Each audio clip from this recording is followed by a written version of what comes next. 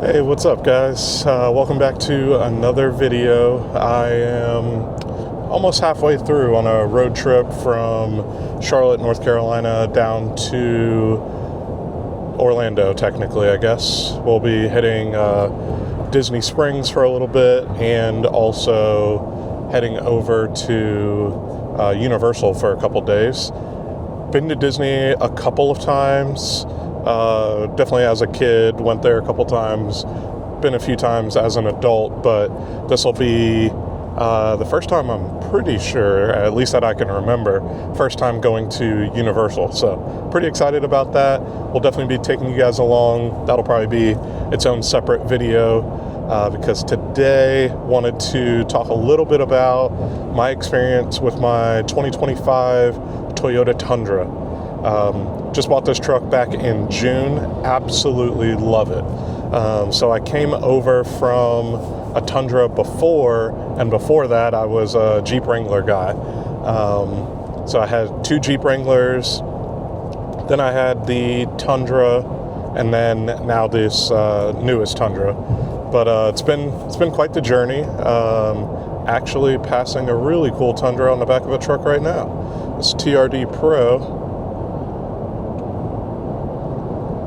Getting delivered to somebody. But yeah, so had a 2011 Tundra, did not have the V8, so going to the 2025, I feel like a lot of people were making comments about, oh, it's got the V6 engine, like you're not going to be happy making that change. I had the absolute base model work truck SR 2011. I'll try to find a picture and post it here just to give you an idea. It was not even the Crew Max, but it was the truck that I could afford, and it was the truck that got the job done for me once I was done with the Jeep life. But yeah, so now I've got this 2025. I've got the SR5 with the XP package. So basically, it was a dealer add-on package, but just added black accents for everything. So I've got the Softex seats, black wheels, black exhaust tip, just kind of the blacked out package on the truck. And I'd say probably that's my favorite thing about it. I remember when I got my last Tundra, and they started showing renderings of this body style before this Tundra got released, and I loved it immediately. And I was like, one day I'll get that truck, and obviously it's worked out that I've got that truck now. But so part of the excitement of this drive down is that I'm going to probably on the way back officially hit the 10,000 mile mark. So I guess this will just be essentially my 10,000 mile review of owning this truck for about 6 months and 10,000 miles on it. And this is now the second road trip. So I've gotten some experience of driving it around. I've got a little bit of a commute into the office every day, so I'm making a decent drive all the time, hence being able to put 10,000 miles on the truck within 6 months. But yeah, 6 months in, and I still absolutely love it. There are some nuances about the truck that you're going to get with anything, but overall, just kind of the general concept is that I just absolutely love it. Probably the number one thing that I absolutely love about this truck is probably something I would have gotten with any newer model vehicle. My last, like I said, I had that 2011 Tundra. It had no bells and whistles. I think I changed out the radio head unit on that one just so I could have Apple CarPlay in that one. But this one has to just be the technology in general. I'm definitely a techie person, but this has any bell and whistle that I could have wanted. I've got the 14-inch display head unit in this model. You've got lane assist, you've got adaptive cruise control, remote start with the Toyota app. You get that first year free, so TBD if I end up keeping that, but at this point it's nice to have. Definitely when it's cold outside, get the truck warmed up before I get off of work for the day.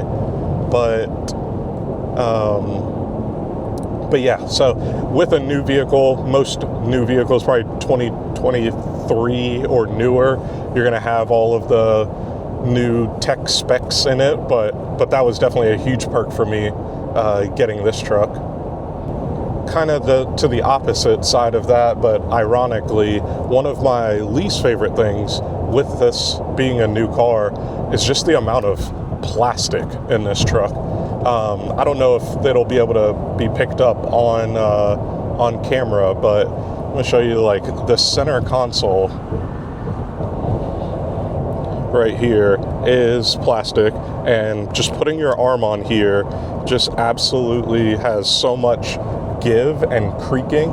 Going highway speeds, you're not going to actually hear that right now, but between there, the side driver's side door panel is all plastic, has lots of give in it, so you just kind of start to get used to hearing that creaking, especially at lower speeds. But yeah, with a truck at this price point, that's one thing I think it could have been a little bit nicer, is just to have that more premium feel. I did, when I first started looking at the new body style, I originally was going to buy a used truck and fell in love with the platinum trim level. Had all the bells and whistles in it. Everything was still plastic. I think the dash might not have been plastic. There were some other like different bells and whistles, but like had the panoramic sunroof. I think the 25's got massaging seats, so I don't think the used one I was looking at had that. But that platinum trim level kind of took everything to the next level. The gauge cluster was a screen, fully digital rather than this analog. But pricing wise, didn't make sense, especially with the way interest rates are right now. I was able to get a better deal and ultimately a lower payment just going with a brand new truck, so that I could get that incentive of the better interest rate.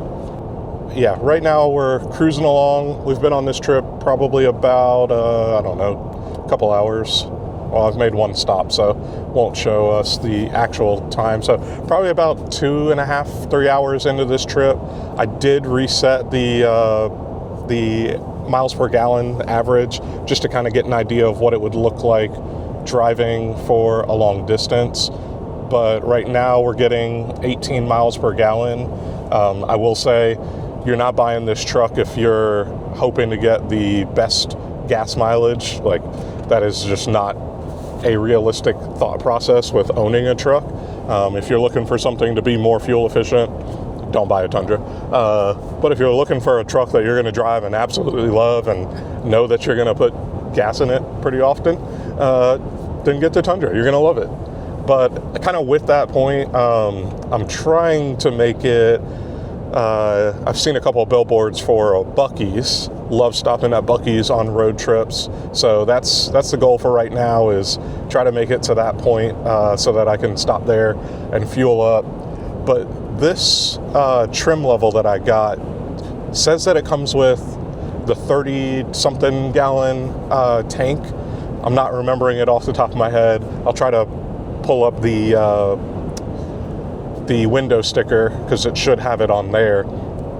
But I think that's probably another thing that has taken some getting used to. I won't say that I dislike it about the truck, but I couldn't imagine not having the larger fuel tank on this truck, because I think the base model or the regular size of the fuel tank is like 20-something gallons, and then this one is 30-something gallons. So again, I'm just spitballing numbers here, so don't quote me to that. But anytime I have ever fueled up, I don't think, even when I'm like pushing the limits, fuel low, the gas light comes on kind of thing, I don't think I've ever put more than 20, I want to say it was like 26 gallons in this truck. So it doesn't really make sense. I think I've seen some forums where it'll say that those extra gallons, that larger tank size is just reserve fuel. The mileage that shows up on your computer is not actually accurate. I don't know what's right and what's wrong. I'm not going to push the limits of seeing how low I can run the tank. I'm not willing to risk that. I did that once in high school where I tried to push the limits and ran out of gas and had to wait for somebody to bring me a fuel tank. So yeah, not trying to do that in this truck. But yeah, so I would say maybe that's sort of like a complaint or con. It's just that, like, if you have a larger fuel tank, you would think that you could get more mileage out of it, but it doesn't really work out that way. But again, it is what it is. I left the house with almost a full tank of gas, filled up yesterday, but ran some errands before officially hitting the road. And so I think when I left the house, I had like 300 something miles.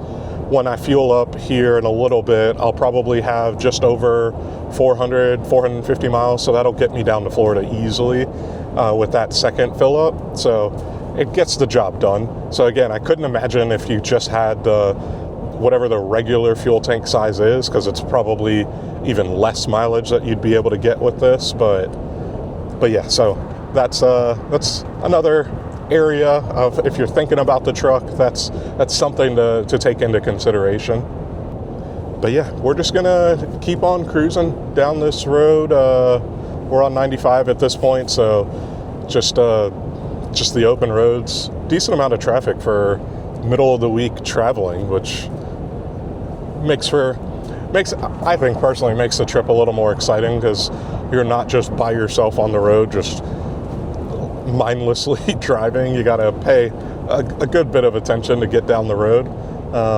But yeah, I'll probably check in once we get to Buc-ee's, get a little closer, and give you a little idea of the fuel up process and how much that's going to cost. But we'll check in with you in a little bit. Alrighty, so we just made it to Buc-ee's. So again, if you have not been to a Buc-ee's, go on a road trip, find a Buc-ee's. It's completely worth it. All right, so we've got 90 miles. I don't know if you can actually even see this. 90 miles left on the tank. Just under quarter of a tank. I'm gonna fuel up. Let's see how much fuel it takes, and also how many miles it gives us. All right, looks like gas is going to be $2.38 a gallon, which is definitely still better than what I'm filling up for in Charlotte. I think I filled up yesterday, and it was around, I think it was $2.89 in Charlotte when I fueled up. All right, so we just put 21 gallons. Got us to filled up. 486 miles, full tank of gas. And we got just over 200 left till we get to, I think I'm meeting them at Disney Springs. So this is an insane experience. The store is massive.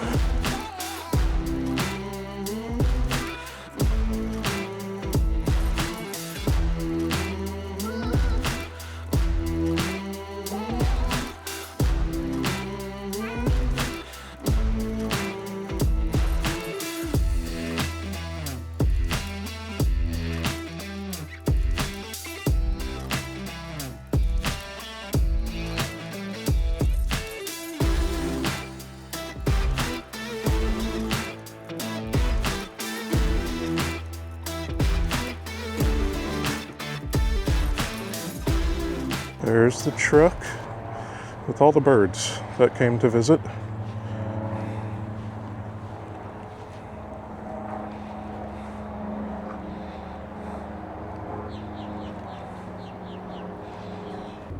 Alrighty, we have officially entered Orlando. We've got about 20 minutes left, but in typical Orlando fashion, we're in traffic. And I did go back and check the fuel tank found the window sticker. So the fuel tank is 32.2 gallons. So again, never filled up anywhere close to even 30 gallons in the truck based on how low I've let it get before. So yeah, there's probably something to that reserve fuel area, but like I said, I'm not gonna test that theory and see if I can run it down and use every bit of fuel. Pretty sure that's also probably not good for the truck anyways. One other thing that I had thought of while I was driving, of like things that I like, things that I dislike, I didn't have it happen during this drive, but sometimes when you are driving and the sun hits the hood of the vehicle just right, it is insanely blinding. So it just kind of just bounces off. Let me see if I can get a shot of it here while we're sitting in traffic. So just right here in this area of the hood, if the sun is leveled just right, you get blinded by it. Probably something you could put like a PPF wrap or something on your hood, which might be good to help protect it with these types of road trips. But yeah, that is something you gotta be prepared for, is you might get blinded every once in a while when that sun hits it. And then one additional, haven't done really any changes to the truck since I've gotten it. It came with the windows tinted already, just the factory tint on the front and back of the truck. But I'll probably add further tint to get it to the legal limit here in North Carolina, which is I think 35% on the front, and don't think there's a limit on the back, so I'll probably darken it up just a little bit. And then I added the rough country bed cover to the truck. That was my wife's one stipulation with getting the truck and using it for road trips more, was that I had to have some type of cover to help protect the luggage and stuff that we throw back there with the rain and the elements. So added that on. It's the trifold. I'll insert a little clip of it here just so you can see it. Love it. Haven't had any issues with it. I don't think there is any bed cover that's going to be fully and completely waterproof. When it rains pretty good, especially when the truck is parked, I definitely, when I open the bed, we'll see a little bit of water on the sides of the truck, but nothing that causes a major concern, or nothing that I wouldn't be able to keep the luggage back there. Before I took this trip, I know we're supposed to get some rain while we're down here in Florida. So somebody in a forum had posted that they'll put a tarp over their luggage, even with the bed cover, just to have that added coverage and protection against the rain. So that is something that I picked up yesterday or 2 days ago and threw on the luggage. We haven't had any rain yet in this trip, thankfully, but once I've got some experience with that, then I'll be able to let you guys know if that's actually something worthwhile, or if that does anything. But all right, I'm gonna wrap it up here. We got about 10 minutes left on the trip, depending on how quickly this traffic moves. But I hope you learned something new if you're thinking about this truck. But this is just my experience so far, getting to 10,000 miles and about 6 months of ownership now. Comment down below if there's any questions that you have, or any suggestions of stuff that I should do to get more enjoyment and love out of this truck. Until next time, we'll see you in the next one. Peace.